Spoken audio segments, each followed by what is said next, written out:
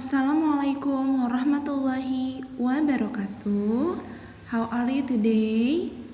Semoga anak-anak soleh dan soleha 4 Sa'ad bin Abi Waqqas selalu sehat dan dalam lindungan Allah ya.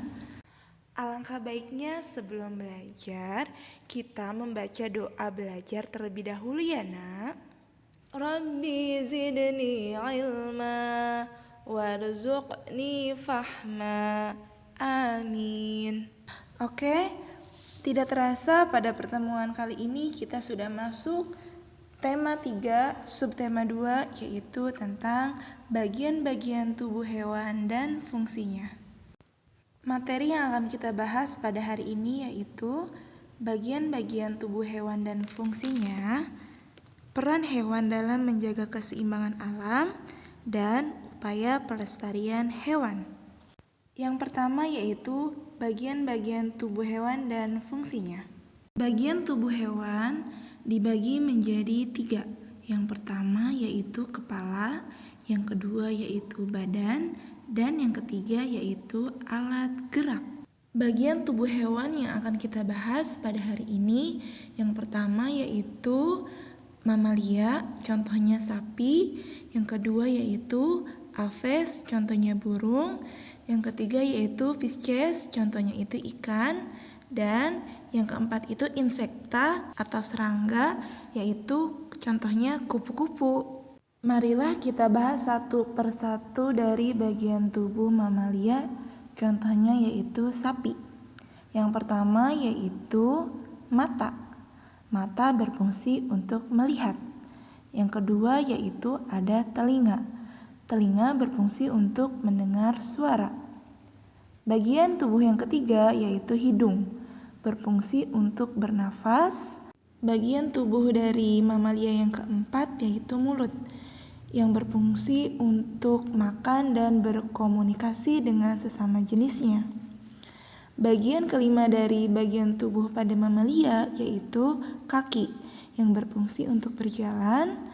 Dan bagian tubuh pada mamalia yang terakhir yaitu ekor, yaitu berfungsi untuk keseimbangan tubuh saat berjalan. Selanjutnya bagian tubuh pada aves, contohnya yaitu burung. Yang pertama yaitu ada mata. Ya, mata berfungsi untuk melihat. Yang kedua bagian tubuh dari aves yaitu ada paruh, berfungsi untuk makan. Selanjutnya bagian ketiga tubuh pada aves yaitu sayap, yang berfungsi untuk terbang. Bagian keempat tubuh pada aves yaitu cakar, yaitu berfungsi untuk mencengkram mangsa dan bertengger. Dan bagian tubuh yang terakhir pada aves yaitu ekor, yaitu untuk keseimbangan tubuh saat terbang. Yang ketiga yaitu bagian tubuh pada Pisces, contohnya yaitu ikan. Bagian tubuh dari ikan yang pertama yaitu ada mata, berfungsi untuk melihat. Yang kedua yaitu ada mulut, yaitu untuk makan. Bagian tubuh ikan yang ketiga yaitu insang, yaitu sebagai alat pernafasan. Bagian tubuh yang keempat pada ikan yaitu sirip, yang berfungsi untuk berenang. Dan bagian tubuh ikan yang terakhir yaitu ekor, yang berfungsi untuk berenang dan mengatur arah saat berenang. Selanjutnya bagian tubuh pada insekta atau serangga, contohnya yaitu kupu-kupu. Di mana bagian tubuh pada serangga yang pertama yaitu ada mata, berfungsi untuk melihat. Bagian tubuh yang kedua pada kupu-kupu yaitu mulut, berbentuk tabung menggulung untuk mengambil sari bunga. Bagian yang ketiga dari bagian tubuh kupu-kupu yaitu antena, yang berfungsi alat sensor untuk mencium dan keseimbangan. Bagian tubuh yang keempat dari kupu-kupu yaitu sayap, yang berfungsi untuk terbang. Dan bagian tubuh yang terakhir pada kupu-kupu yaitu kaki, yaitu untuk menghinggap. Selanjutnya yaitu pembahasan tentang peran hewan dalam menjaga keseimbangan alam. Keseimbangan alam adalah keadaan di mana tidak ada populasi yang jumlahnya lebih banyak atau lebih sedikit, sehingga kondisi menjadi seimbang. Hewan memiliki peran penting terhadap keseimbangan alam. Berikut ini adalah peranan hewan dalam menjaga keseimbangan alam. Yang pertama yaitu tempat hidup berbagai organisme.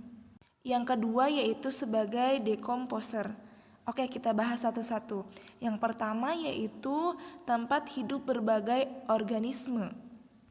Terumbu karang berperan dalam menjaga kestabilan ekosistem laut, yaitu sebagai pelindung pantai dari abrasi, tempat hidup, dan tempat berlindung berbagai hewan laut, tempat mencari makan bagi ikan, serta tempat ikan bertelur. Oke, selanjutnya peranan hewan dalam menjaga keseimbangan alam yaitu sebagai dekomposer. Teman-teman tahu apa itu dekomposer? Ya, dekomposer adalah organisme yang berperan sebagai pengurai dalam rantai makanan. Contohnya seperti bakteri, jamur, dan cacing. Oke, pembahasan yang terakhir yaitu tentang upaya pelestarian hewan. Hewan memberi banyak manfaat bagi manusia, namun jika pemanfaatan hewan tidak diiringi dengan upaya-upaya pelestariannya, maka akan terjadi kelangkaan bahkan kepunahan hewan. Berikut ini upaya pelestarian pada hewan. Yang pertama yaitu pelestarian secara in situ. Pelestarian in situ adalah pelestarian yang dilakukan langsung di tempat tinggal atau habitat hewan. Berikut contoh pelestarian dari in situ. Yang pertama yaitu ada cagar alam, yang kedua yaitu ada suaka marga satwa, dan yang terakhir yaitu taman nasional. Oke, yang pertama contoh pelestarian in situ cagar alam, yaitu daerah yang kelestariannya hidup tumbuh-tumbuhan dan binatang yang terdapat di dalamnya dilindungi oleh undang-undang dari bahaya kepunahan. Contoh yang kedua dari pelestarian in situ yaitu suaka marga satwa, yaitu kawasan hutan yang ditetapkan sebagai tempat perlindungan satwa yang memiliki nilai khas. Contoh pelestarian in situ yang terakhir yaitu taman nasional, yaitu kawasan pelestarian alam yang dikelola dan dimanfaatkan untuk kegiatan ilmu pengetahuan, pendidikan, dan pelatihan, serta rekreasi dan pariwisata. Selanjutnya yaitu pembahasan tentang pelestarian secara ex situ. Teman-teman tahu apa itu pelestarian secara ex situ? Iya, yaitu pelestarian yang dilakukan di luar tempat tinggal asli hewan. Pelestarian ini dilakukan jika hewan kehilangan habitat aslinya, misalnya karena kerusakan alam. Tujuan lain pelestarian ex situ adalah untuk rehabilitasi, penangkaran, dan pembiakan hewan langka. Berikut contoh pelestarian ex situ yaitu ada penangkaran dan yang kedua yaitu kebun binatang. Penangkaran yaitu upaya perbanyakan melalui pengembangbiakan satwa liar dengan tetap mempertahankan kemurnian jenisnya. Sedangkan kebun binatang yaitu tempat memelihara berbagai binatang untuk pelindungan, pembiakan, penelitian, dan sebagai tempat rekreasi. Demikian pembahasan pada hari ini. Semoga bermanfaat ya soleh dan soleha kelas 4 Sa'ad bin Abi Waqqas. Selanjutnya yaitu tugas di buku tematik 4.3 halaman 79 dan 105. Semangat mengerjakan. Mari kita akhiri pertemuan ini dengan membacakan hamdalah.